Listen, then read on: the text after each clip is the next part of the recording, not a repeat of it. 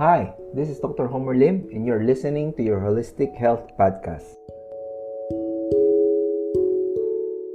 Hello and welcome po sa inyong lahat. Ako po si Mari Caimo, kasama si... Lovely Rivero. And we are here with Concerned Doctors and Citizens of the Philippines or CDCPH upang ihatid sa inyo magandang balita ng... paano ba natin masasabi, Lovely? Ng continued good health sa gitna ng pandemya, ganun ba? Yes, oo. Actually, Mari, alam mo, napakaganda nitong mapapakinggan nating lahat, ano? Kasi, di ba, sa gitna nitong nangyayari sa ating lahat, karamihan sa atin ay takot na takot at karamihan sa atin ay naghahanap ng mga paraan kung paano natin matutulungan ng isa't isa para mapanatili natin ang ating katawan, no? And, syempre, tayo at magdepende lamang sa mga otoridad o sa gobyerno, syempre, sa dami na rin siguro nilang ginagawa, hindi naman talaga nila tayo maiisa-isa na talaga tutulungan. So, kailangan natin tulungan ang ating mga sarili, di ba? So, ang pamamaraan yan ay siyempre, tayo mismo dapat ay nag-iisip tayo ng mga paraan kung paano natin mapapanatili ang ating kalusugan. At isa rito ay pakikinig, pagsasaliksik sa mga informasyon na hindi lamang inihahatid ng sinasabi nating media. Mabuti naman at hindi lang ako o ikaw ang maging resource person dito. Probably kasi meron tayong isang magiting na doktor ng CDCPH, ang ating incoming president sa Concerned Doctors and Citizens of the Philippines, na isang geriatrics at cancer specialist. Siya po ay isang alternative medicine doctor din na hinahangaan ng buong bansa ng South Korea. Ang aming Korean novela pop star na si Dr. Homer Lim. Good evening, or hello, Dr. Homer Lim. Welcome po sa inyong programang protocol update ng CDCPH. Itanong mo kay Doc. Yeah, that's right. That's right. Tanong mo kay Doc. So, hi everyone. Thank you sa mga makikinig, no? I hope we learned something. We will learn something or a lot today kasi marami tayong updates with regards to our new protocol. Not just on ivermectin, a lot of things. So when we just tell me when I can start, so I'll show you the slides that we made. Sige, Doc. May hinanda kayong presentation upang mas malinaw natin makita yung kung anong mga options. Kasi tulad nga ng nabanggit ni Lovely, na parang marami hindi nakakaalam na meron palang magagawa tayo upang mapalakas ang ating mga immune system at labanan itong virus na ito. Paki-explain nga sa amin, Doc. Actually, no, kung titingnan natin, di ba, yung sinabi ng gobyerno, kunyari, ikaw ay nagkasakit, nagka-COVID, ano daw gagawin mo? Wala, mag-take ka lang para sa lagnat, sa ubo, sa sipon, sakit ng katawan. Pero wala ka talagang gamot para gumaling ka talaga. Only lahat daw tinatawag nating suportado lang ng gamot para sa simptomas. Hindi actually na ginagamot ka sa COVID. Yun ang nagiging problema. So, meron naman paraan at may mga gamot na talagang makakapagpagaling sa'yo na to the point na hindi ka na kailangan ma-hospital. At of course, pag hindi ka na-hospital, mas less likely na mamamatay ka. So, yung tinatawag nating early treatment protocols, yung pag-agarang paggamot. Kasi pag ginawa natin to, mas maiiwasan na mas mahirapan kayo sa COVID. At the same time, hindi kayo ma-hospital, or sadly to say, you might, not dying or mamatay ka. So, ina-avoid natin yung ma-hospitalize ka at mamatay ka dahil sa COVID. So, marami namang mga paraan at may mga gamot na talagang epektibo. Doc, nabanggit nyo na may mga paraan. Pwede nyo bang i-share sa amin ito? At saka kasi, ano po ba ito pong mga i-share nyo sa amin, ay nagawa nyo na po ito sa ibang mga pasyente? At kamusta naman po ang success rate po dito? Well, actually, naggagamot na tayo ng COVID since last year around March and April. Nag-start na po tayo nag-treat ng mga COVID patients, no? And hindi naman po sa nagyayabang, pero at least po mga more than 5,000 na po yung na-treat natin, no? Kasi pag nag-treat po tayo, hindi lang isang tao, buong pamilya. So, ganun po yung pag-treat natin sa COVID. Lalo na ngayon, ang dami ngayong may COVID, buong pamilya na, no? Buong compound pa nga eh. So, that's how kailangan natin gamutin yung lahat, hindi lang isang tao. So,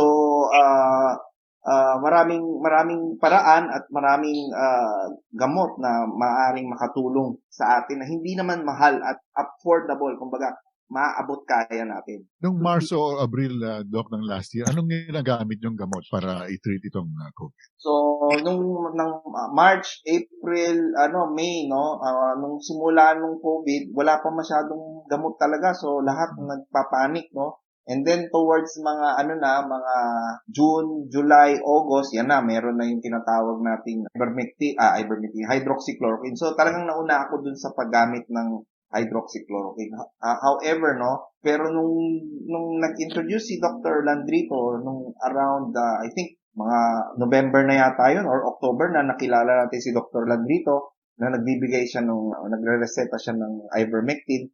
So, doon natin nakita yung bisa at gaano kabilis magpagaling yung ivermectin kumpara sa hydroxychloroquine. So, from hydroxychloroquine, nag-switch tayo sa ivermectin kasi unang-una, mas epektibo talaga. Number 2, mas mura. So, yun yung reason kung bakit nag-switch tayo to ivermectin. At yun nga, early treatment tawag natin.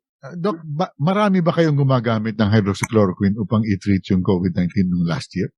Yung actually, no, mas napansin ko, nung gumagamit ako ng hydroxychloroquine, maraming doktor talaga ayaw, takot na takot. Kasi, tinakot sila na pag nag-hydroxychloroquine ka daw, magkakasakit ka sa puso or magkakaroon ka ng tinatawag na irregular heartbeats or na pwede mo ikamatay. Pero sa ginawa ko pong hydroxychloroquine, may libo din po yun. Sure ako. Wala naman po nagkaroon ng tinatawag nating arrhythmia or irregular heartbeat, no? So, pero nakita talaga natin na nung na-introduce ni Dr. Landrito talaga yung ivermectin, super bilis. 2 days, 3 days, magaling na sila. So, kumbaga na-convince talaga ako na talagang very effective yung ivermectin kumpara sa hydroxychloroquine. Pero konti lang talaga kami nung gumagamit hydroxychloroquine. Dahil ang hindi ko sige, yeah. go ahead. Go ahead, Mari. Itutuloy ko lang yung point na yun. Kasi parang hindi masyadong narinig na meron palang gamot na hydroxychloroquine. Tapos later on, natural tayo sa concerned doctors, naririnig na namin yan, nare-research na namin yung hydroxychloroquine, tapos dumating ang ivermectin. Pero parang ang dami sa ating mga kababayan ay hindi nakakarinig ng tungkol sa mga gamot na ito. Bakit po nangyari yun, Doc? Siguro dahil sa ang gusto kasi ng mga nasa DOH at dun sa otoridad na gusto nila talagang certified at approved ng World Health Organization. So kaya marami talagang hindi nakarating sa kanila yung balita na talagang mayroong gamot para hindi ka ma-hospital. Whether kahit ikaw ay nasa 40, 60, 80, 90, diba? Kahit 100 years old, gumagaling kung nabigyan ng tamang gamot sa tamang oras. Doc, in line with that, ito po bang ivermectin na sinasabi nyo, gano'n na po ba katagal itong gamot na ito? At para saan po ba siya talaga? Kasi narinig namin yung gamot na ito ay matagal na at ginagamit sa ibang mga sakit. So, kami ng idea, ano po ba itong Actually, yung ivermectin, natsambahan lang talaga nila yun against the COVID. Pero itong ivermectin na ito, 40 years na yan nasa merkado, no? So, 40 years. So, almost as old as me. So, anyway.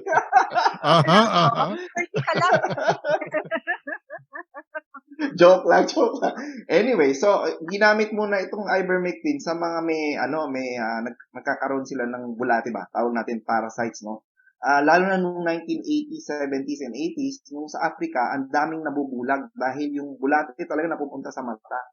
So, nagbigay sila ng mga ivermectin. So, from the 40 years that is in the market, no, nasa merkado ng 40 years, no, over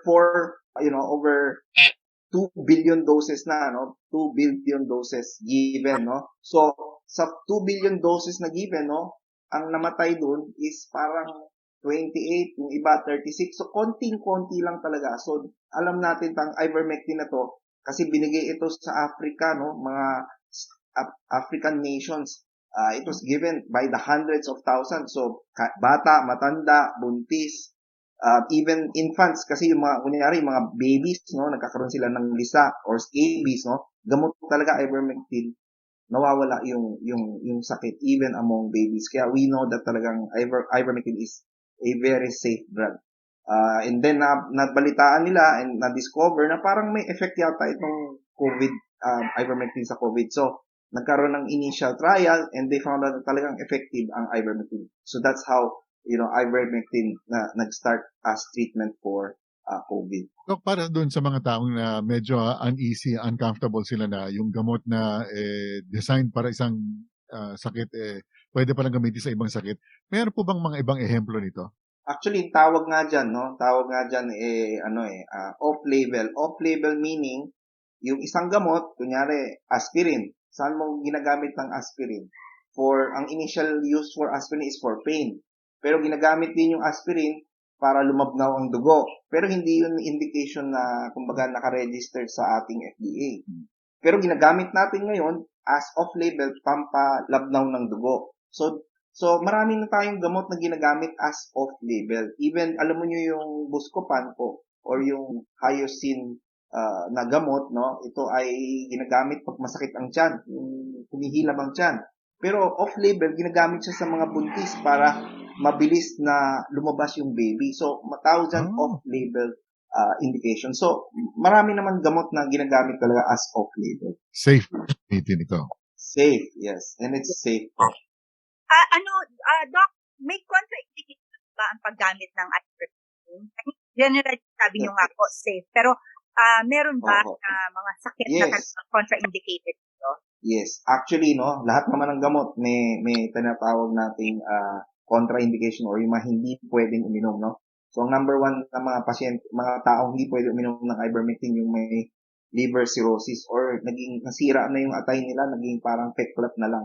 So, sila talaga ang number one, hindi pwedeng uminom ng ivermectin. Meron din mga taong nag-take ng tinatawag nating mga anticoagulant na warfarin, no? Pero, konti na lang nag-take ng warfarin. Pero yung mga nagwa-warfarin, iiwasan ang ivermectin dahil pwede silang magka-issue, no? Pwede ka mag-bleed, no? So, but in general, no, ivermectin is a very safe drug. And Doctor, no, sa nabanggit nyo, cirrhosis, at saka, I think narinig ko pa yung pag meningitis daw po ata. So, totoo ba to? Kasi yun yung karamihang narinig na, well, ewan ko po kung misconception, siguro pa no, na yun na nga daw po, baka daw makakasira ito ng liver or kaya makakasira ng brain or something. Totoo po ba yung mga misconceptions na to? Or misconception lang ba talaga to? Mm-mm. Actually, no, yung sinasabi nilang nagkakos ng brain injury, hindi naman talaga totoo yan. Kasi yung ivermectin, or mga, in general, no, yung brain natin, may saplot yan eh. May saplot. So, yung saplot na yun, nagpro-protect sa brain natin. So, ivermectin, hindi lumalampas dyan sa saplot na yan. Never it crosses, tinatawag nating blood-brain barrier or yung saplot sa brain. Hindi yan nagko-cross. Yung mga taong nagkakaroon ng brain or neurological damage, may sira na talaga yung brain nila or may namamaga na yung brain. So kaya nga, one of the things din na hindi pwede sa people na mag-take ng ivermectin ay yung may pamamaga sa brain o tinatawag natin meningitis or encephalitis kasi pwedeng pumunta sa brain. But in general, this does not happen. Hindi nangyayari. Okay. So, Doc, tuloy na tayo dun sa iyong presentation na ang tawag ninyo ay iProtect 2.0. Tama po ba? Yes, that's right. Kasi meron tayong iProtect 1, no? So, iProtect 1 was initially made for ito yung una nating protocol na ginamit when we had the yung tinatawag natin before the advent or yung start ng Delta variant natin ng COVID, no? Pero ngayon, because of the Delta, so we noticed na parang we have to change the protocol because napapansin namin na yung kagaya ng nakikita natin sa balita, tsaka sa mga, siguro may mga kilala kayo, kamag-anak, na pag nagkaroon ng COVID, after 3-4 days, no, nagkakaroon sila ng severe form, yung severe form of COVID, no? Or yung iba naman, whether they are vaccinated, nabakunahan man o hindi, talagang nahahawa sila at talagang nagkakasakit sa COVID. And most likely nga, ito ay dahil sa tinatawag nating Delta variant. So, also based dun sa ating sa ating personal experience as well as experience sa ibang bansa, pag yung COVID naging very severe or tinatawag malubha na yung oxygen nyo less than 70, nasa 70 plus na lang, ang hirap gamutin. Ganon din yung experience din sa Amerika, tsaka sa Europe. Napansin nila, pagka nagkaganon na, ang hirap na pong gamutin. So, nag-change po sila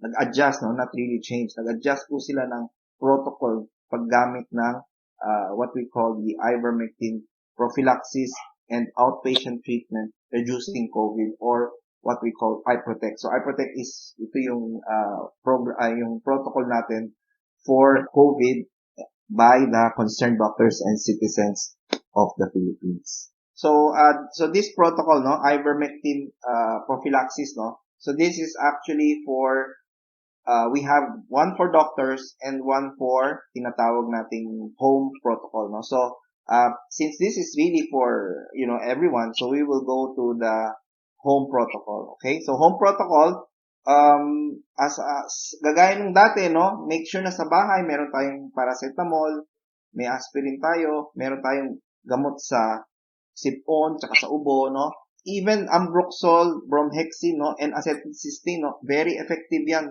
sa ubo, and it also very good against COVID, So I think that's one of the things that you also have to keep at home, Make sure na meron tayo sa bahay. Melatonin, vitamin C.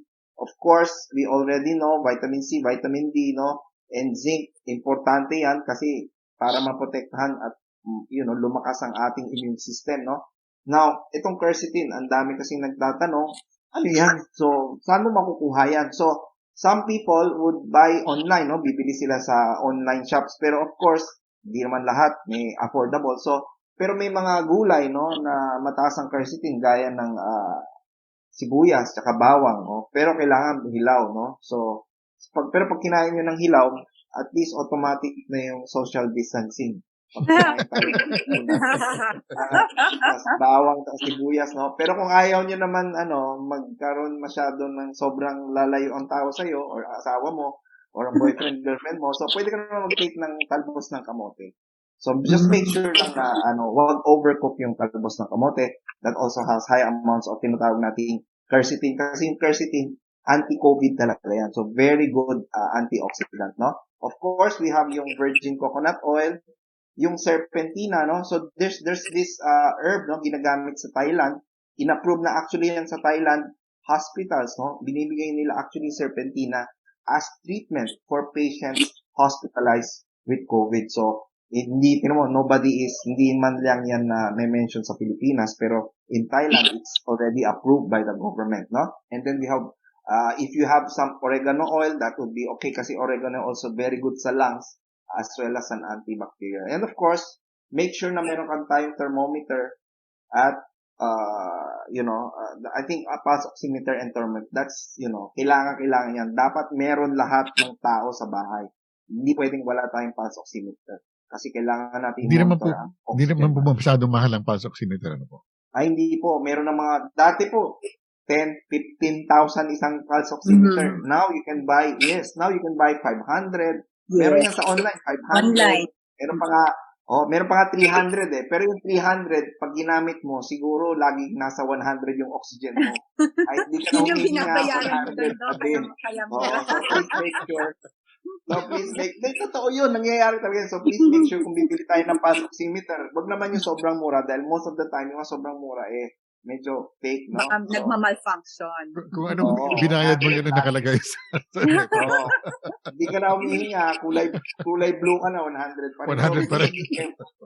Pero at least 300 yung binayad mo. Totoo, may ilan pasyente na akong ganyan. Sabi ko, imposible yan. Imposible. So, okay, linawin lang natin, Doc. Yung oximeter kasi, nagre-reading ng kung anong oxygen level ng tao. Oxygen level, tsaka yung heart rate natin, o yung pulse rate, Okay. Kaya pulse oximeter, In terms of percentage ng 100% maximum. Oxygen. Opo, 100% oxygen sa dugo. So, 99, 100, best, Pero at least, pag habang tumatanda tayo, nagda 97, 98, 96. Pero pag tumapak ka na ng 95, 94, 93, abnormal na yun. Abnormal.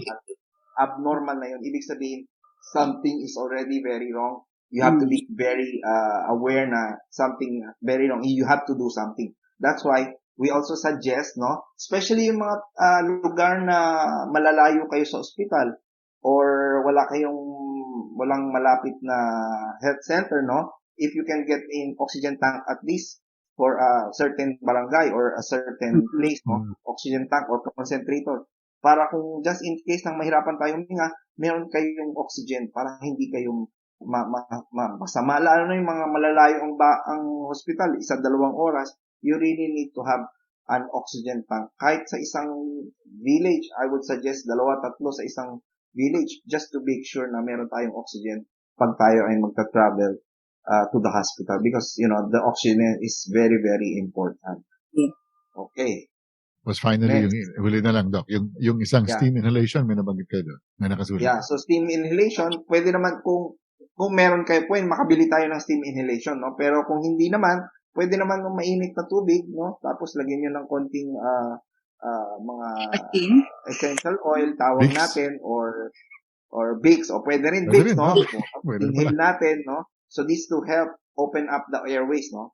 Of course, some people may nebulizer, pwede rin yun. Pero kung wala, hindi naman ibig sabihin, pwede naman talaga yung kahit tubig lang na mainit tapos i-inhale mo with oil or steam or sinasabi nga natin Vicks, no? Actually, isa po sa magandang gamitin dyan yung rice cooker. Talaga kasi pwede. Saing, nagamit kada ko saing. yun ilang beses. Okay, wag lang, make sure lang wag masyadong malapit at baka sunugan. Doc, tsaka walang kanin. Walang kanin. Opo, tama. Baka mapataba ka ng ano. Okay, Doc, just to para malinaw po tayo. Itong ating home care kit po, hindi po natin sinasabi na aaraw-arawin po itong mga gamot na ito. Meron po dito na dapat araw-araw. So ano po 'yun? Opo, tama. So yung araw-araw natin, yung vitamin C, vitamin D, no? 'Yun ang pinaka-importante. Zinc, hindi ko pala nailagay yung zinc, no? So make sure na araw-araw tinetake natin 'yan. No, quercetin, kung walang quercetin, kain kayo ng talbos ng kamote or bawang or sibuyas, no? Pero yung iba, yung tinatawag nating yung paracetamol, yung aspirin, ano yan, kailangan lang naka-standby just in case lang na pag may tinamaan ng COVID. So, yun ang pinaka-important. Ganun na rin po yung phenylephrine? Opo, para sa sipon yan sa sipon, no? Ganun din ang mucolytics. Yes, just in case lang na magka-COVID. No? Pwede po bang ipagsama-sama? Kunyari, yung quercetin, yung VCO, tsaka yung serpentina? Actually, opo, pwede naman po, no? Walang problema. Pero again, some people actually marami nagtitake ng coconut oil every day, o marami din nagtitake ng serpentina capsule every day, pang detox, no? So, it's okay naman, wala namang masama. Okay. Okay, thank you, Doc. Next page na tayo, next slide. Okay. So, yun, gaya ng ating sinasabi sa CDCPH, no? Yung protocol natin, we have to boost, kailangan natin palakas ang immune system ng lahat ng tao. Kung mapalakas natin immune system, mas less likely tayo magkaroon ng infection. Whether COVID, kasi marami na ngayon, may COVID, may dengue, may typhoid, so may lepto pa pag malakas ang ulan, di ba? So, we have to kailangan natin make sure na malakas ang ating immune system, no? And then for those yung tinatawag nating frontliners or healthcare workers, yung mga pulis, sundalo, yung mga yung sa bangko, mga kahera, these are what we call frontliners. Anyone na madaming kinakausap, no, or nakahalubilo, these are what we call frontliners, as well as those yung mga matatanda at yung mga may sakit. Yung may masakit na vulnerable, no? Vulnerable meaning yung marami silang mga sakit, diabetes, heart disease, kidney disease, lung disease, no? Obese, no? These are what we need to give them, tinatawag natin prophylaxis or prevention. And of course, last group is early treatment. Kung ikaw ay bigla mag-start ng parang may COVID, treat agad. So it's called early treatment kasi we want to treat it within the first 3 to 5 days, no? Sadly, lately talaga napapansin ko, ang daming may ubusipon, lagnat, pinaabot pa nila lampas 1 linggo bago sila magpakonsulta sa doktor, to the point na ang hirap na silang gamutin. So, I just want to emphasize, no, na please, within 3 to 5 days, wag na kayo mo mag-isip, mag-deny na COVID or hindi. Let's treat it as COVID. Kung mas maaga nating mai-treat, mas mabilis kayong magre-recover. Mas less ang inyong gastos, mas less ang inyong sama sa katawan kasi mabigat po talaga ang COVID pag late na ang pag-treatment natin. So, ito So, ang boosting immunity. yeah. Yes. Okay. So, for boosting immunity, pampalakas ng katawan, as I said, vitamin C, D, zinc, and quercetin. Kung ayaw nyo ng quercetin, wala kayo makuha, pwede rin kayo green tea, no? Yung EGCG, no? Green tea yan. So, kung meron kayong mga green tea, pero hindi naman lahat meron eh. So, pinakamadali talaga is talbos ng kamote, no? Gawin nating juice, no? And then take your coconut oil, and if meron kayong melatonin sa bahay, mas okay. Kung wala, it's okay. But at least you should have your C, yung vitamin D, yung araw, no? As well as some zinc, no? So, very important for boosting yung ating panlaban sa infection. Okay? Ito naman, tinatawag nating pre-exposure prophylaxis. Ito yung sinasabi natin para sa frontliners, healthcare workers, para dun sa mga tinatawag nating medyo may edad na at yung mga may vulnerable o yung may mga sakit sa puso, diabetes, ganun. So, these are ito yung for prevention tawag natin. So, aside sa boosting immunity, pwede natin idagdag. Very important, I want to add na wala ito sa previous iProtect protocol. Betadine nasal or oral spray, okay, or hydrogen peroxide 1.5%. Mamaya i-explain ko yan. So, yung betadine or nasal na oral spray, meron na yung nabibili sa merkado, sa iyong pharmacy, no? Meron yan nabibili. Just in case, wala po kayong mabili, nabili lang ninyo yung betadine na pangsugat, no? Ang gagawin lang natin, di ba? Kasi konti lang makakahanap ng nasal tsaka oral spray. Hindi lahat kasi ng drugstore meron yan. Pero may betadine sa lahat ng drugstore, no? So, ang gagawin nyo dun yung sa pangsugat, hahaluin lang nyo. 1:10. Meaning, isang ml ng betadine, 9 ml ng tubig. 1:10. Tapos yun ang pang-gargle or kung meron pang spray sa ilong, very good. Kailan mo gagawin itong spray, nasal tsaka oral spray? Bago ka lumabas ng bahay at bago ka pagkabalik mo ng bahay. So, bago ka lumabas, spray. Okay? Pagbalik mo galing sa trabaho or may ginawa ka, spray ulit. So, para maprotektan, malinis yung iyong tinatawag nating airways kasi doon talaga pumapasok ang COVID virus. Or, kung walang betadine, pwede din yung hydrogen peroxide. Yun Yung agua oxinada. Diba? 3% po yun. Yung kulay pula, 3% yun. Ang gagawin nyo, 1:1 lang. 1 part hydrogen, 1 part water. Mas mura po yung agua oxinada kumpara sa betadine. You can still use hydrogen peroxide, 1.5%, which is 1 part ng hydrogen peroxide na kulay pula at 1 part water. Pwede nyo pang gargle, pang mumog. Again, paano mo gagawin yan? Bago ka lalabas ng bahay at pagkabalik nyo, agad-agad, bago kayo makipag-usap sa ibang tao, mag-gargle na kayo or mag-spray. So, yan ang pinaka-importante na wala sa unang protocol natin. So, we put this here as an added protection dahil yung variant, we now know it's really very infectious. In fact, the Lambda is, sabi nga nung iba, yung Lambda even more infectious than the Delta. So, we really have to protect ourselves. And of course, lastly, the drug that cannot be named, yung tinatawag nating ivermectin, no? 0.2 milligrams per kilogram body weight, no? Per dose, Paulit no? lang yon, Doc. Pakiulit yung dosing. 0.2 milligrams. Yeah, 0.2 milligrams per kilogram body weight. So, explain natin yan. Pero ang dati kasi yung ivermectin, sabi natin every 2 weeks. Pag may surge, every week. Ngayon, because of the Delta surge, ivermectin, 1 dose, 2 doses per week. So, let's say, Sunday. So, let's say, Monday, take ka isa, take ka yung susunod mo, Thursday. Or, you take it Tuesday, and then, or Friday, no? So, parang 2 beses sa isang linggo. Kung ikaw ay laging lumalabas, kung araw-araw ka magtatrabaho, may gagawin ka araw-araw, kailangan mo lumabas, 2 doses a week. Pero kung lagi ka lang naman sa bahay, pwede na rin yung 1 dose, tinatawag natin 1 dose per week, no? So, this is an example of a computation. Kunyari, isang tao ay 65 kilogram, no? So, may tinatawag tayong therapeutic dose, meaning therapeutic dose, yun yung safe dose para sa lahat. 0.2 to 0.8 milligrams per kilogram. So, kung ikaw ay 65 kilograms, 0.2 times 65 is 30 milligrams.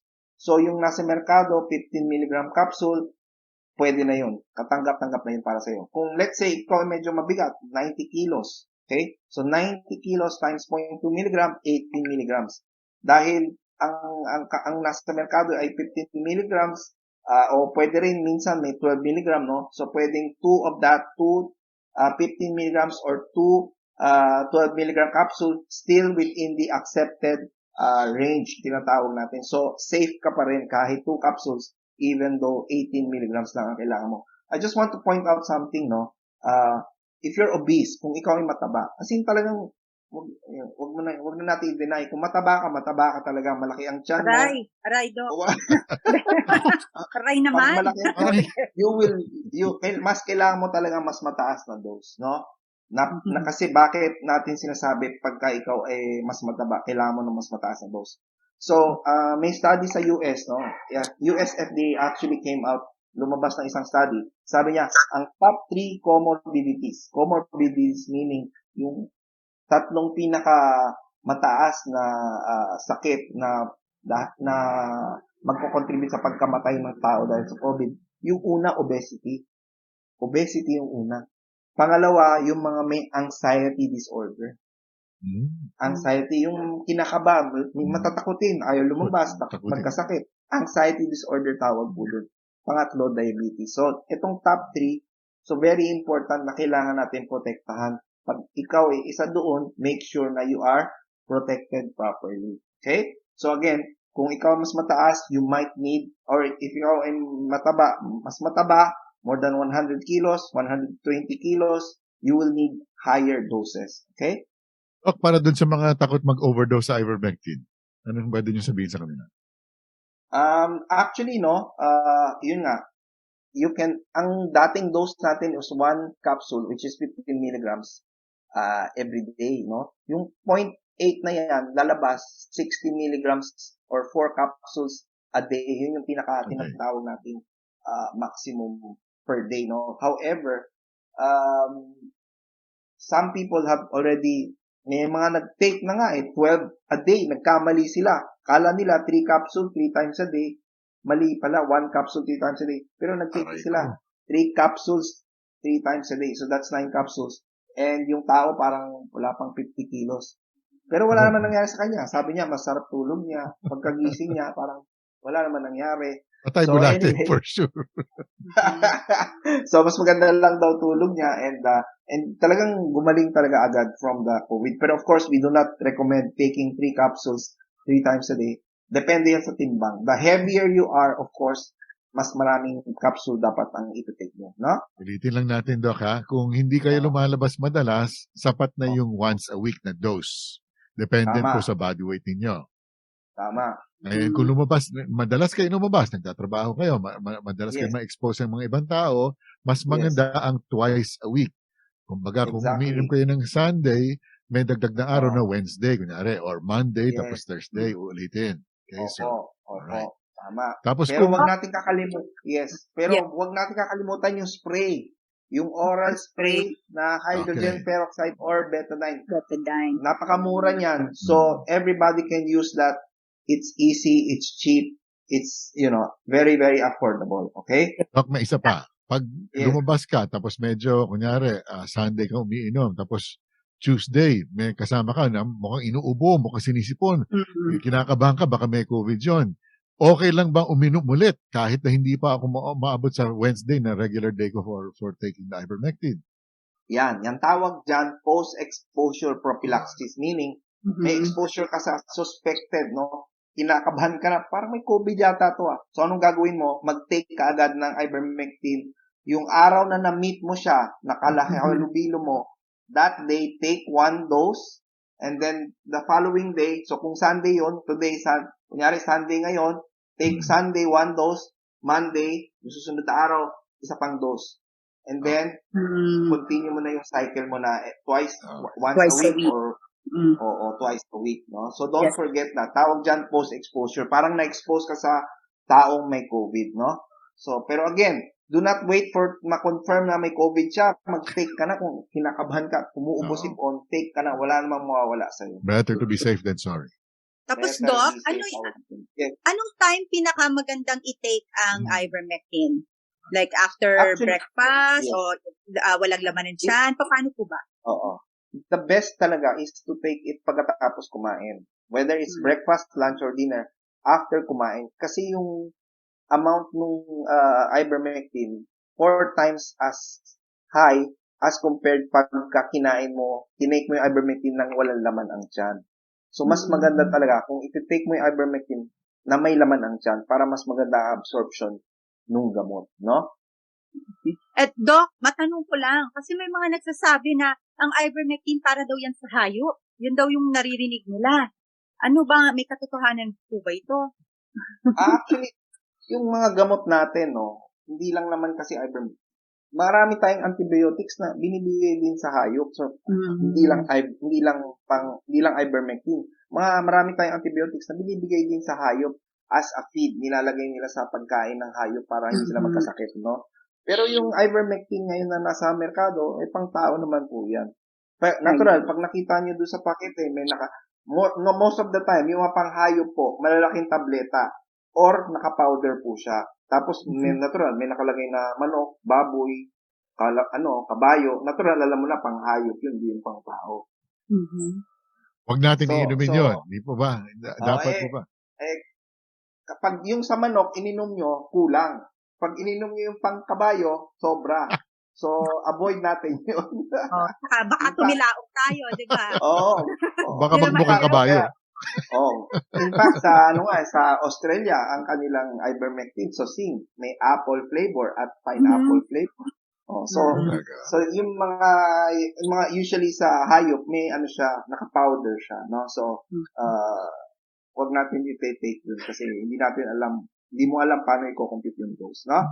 Tsaka baka may mga nakahalong ingredients na para sa hayop lang talaga. Ang hayop lang talaga. Opo, tama.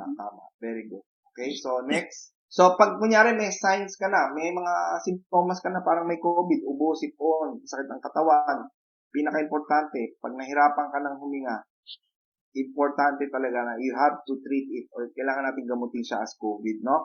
So, once na alam mo na parang may COVID, isolate agad. Of course, lahat ng tao sa bahay, no, are presumed, which is I always tell my patients, so lahat na kayo, isipin na natin may COVID. So, lahat natin gagamutin, lahat tayo sa bahay, i-monitor. Okay? And make sure, pag parang may sintomas ka na, tawag ka na ng doktor, please, huwag kayo maghintay ng 2 weeks at o kaya 3 weeks bago kayo maghanap ng doktor. Dahil mas mahirap kong gamutin. Dahil lately, ang dami kong pasyente tumatawag, yung oxygen nasa 70 na, ang hirap ng gamutin. So, please avoid that. First 3 days po, maagapan natin first 3 days. Promise po, 1 week lang, magaling na po kayo. Pero pag hihintayin niyo po yung sakit nyo, umabot na ng 2nd week, 3rd week, most likely than not, ma-hospital talaga kayo dahil hindi ho kaya gamutin po sa bahay yan. Okay? So, always remember na, again, pag ikaw ay may signs ng COVID, check oxygen. Yun ang pinaka-importante talaga sa lahat. Wala na akong sinecheck na heart rate, BP, oxygen lang. Pag bumagsak ang oxygen natin ng less than 95, kailangan na kayong mag-oxygen. Huwag na natin hintayin. So, once you reach 94 na oxygen sa oximeter and below, kailangan na kayo mag-oxygen at talagang kailangan agresibo yung paggagamot, no? So, yung paggagamot, kagaya nung sinabi natin kanina, 0.2 to 0.6 milligrams per kilogram. Pero pagka may sakit ka na, you're going to take it every day. Every day mo iti-take. So, how long? 7 days, 10 days, depende hanggang gumaling ka. Pag magaling ka na, feeling mo 100% o kahit 90% okay ka na, wala ka na ubo, sipon, sakit ng katawan, lagnat, pwede ka na mag-stop, no? So, hindi ibig sabihin na after 7 days or 5 days, stop na agad. Kung may sakit pa, continue. Huwag tayong matakot. Hindi naman kayo magiging masosobrahan dahil very, very safe po itong ivermectin. Okay? And then, of course, you need prescription. Kasi ivermectin, hindi nyo mabibili yan ng basta-basta. Kailangan ko may prescription. Gaya din po ng doxycycline, ito ay antibiotic.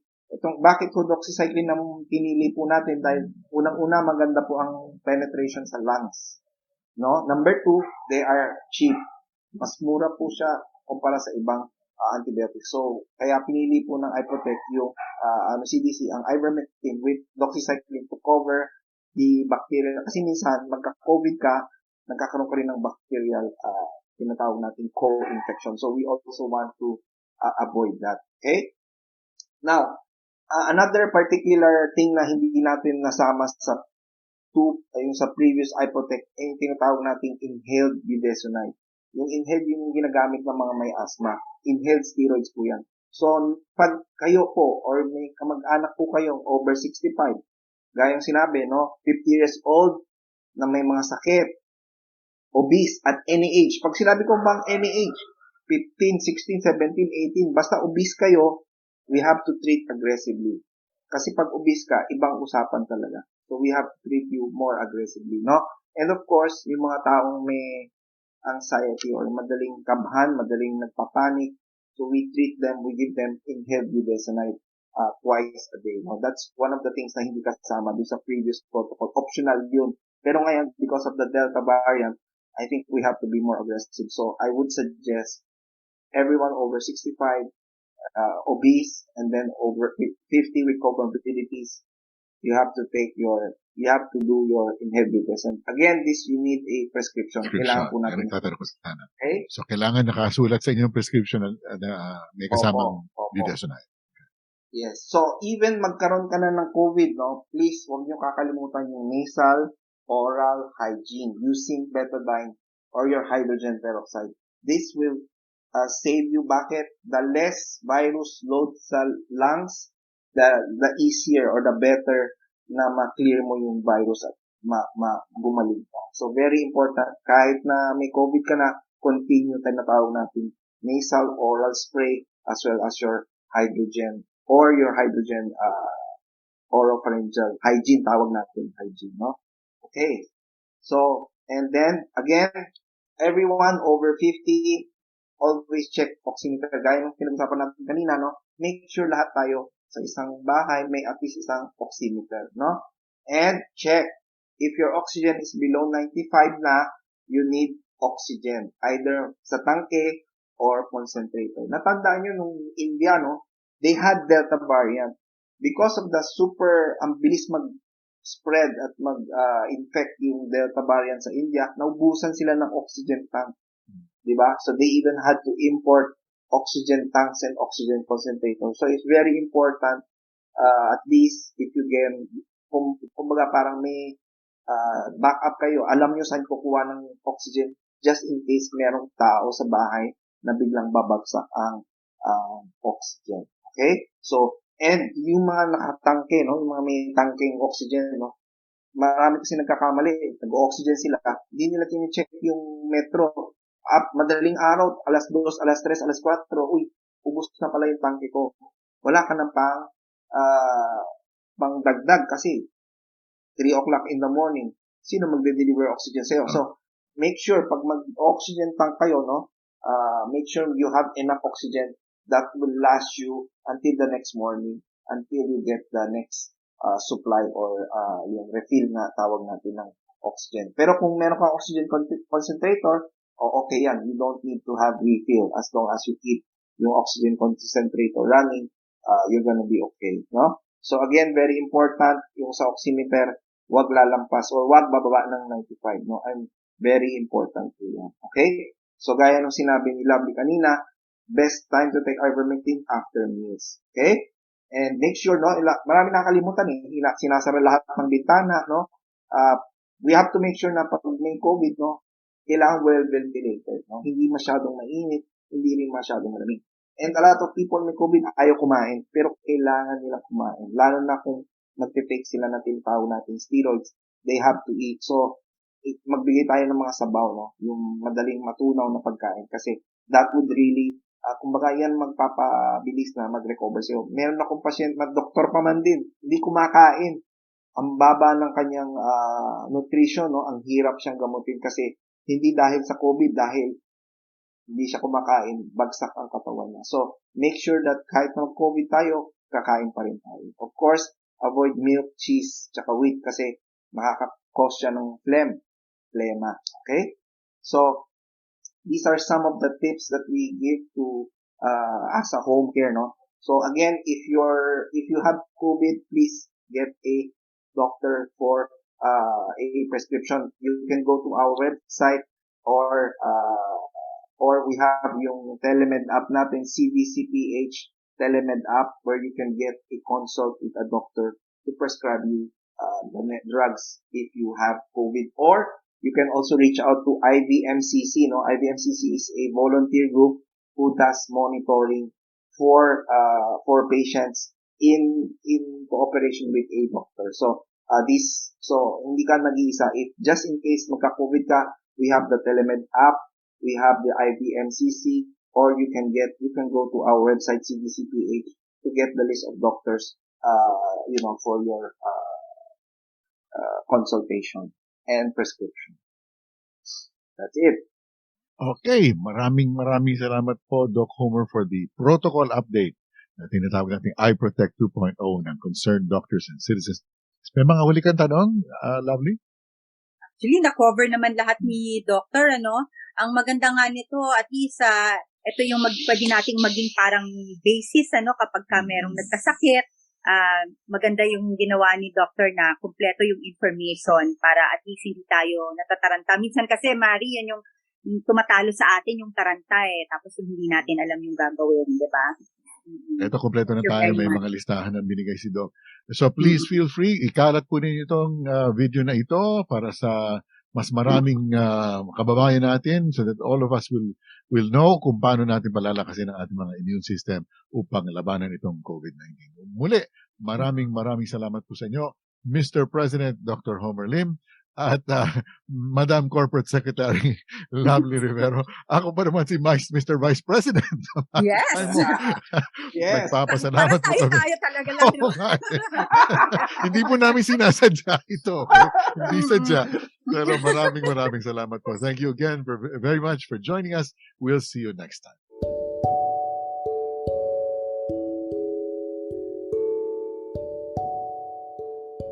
Thank you for listening to your Holistic Health Podcast. This is Dr. Homer Lim. Now, if you do have questions about your health or you would like to request topics for our next podcast, please do message us at our FB page or Instagram at Akesis Holistic Health, or you may visit our website at www.akesisholistic.com. Thank you again, and please do come back for our next episodes.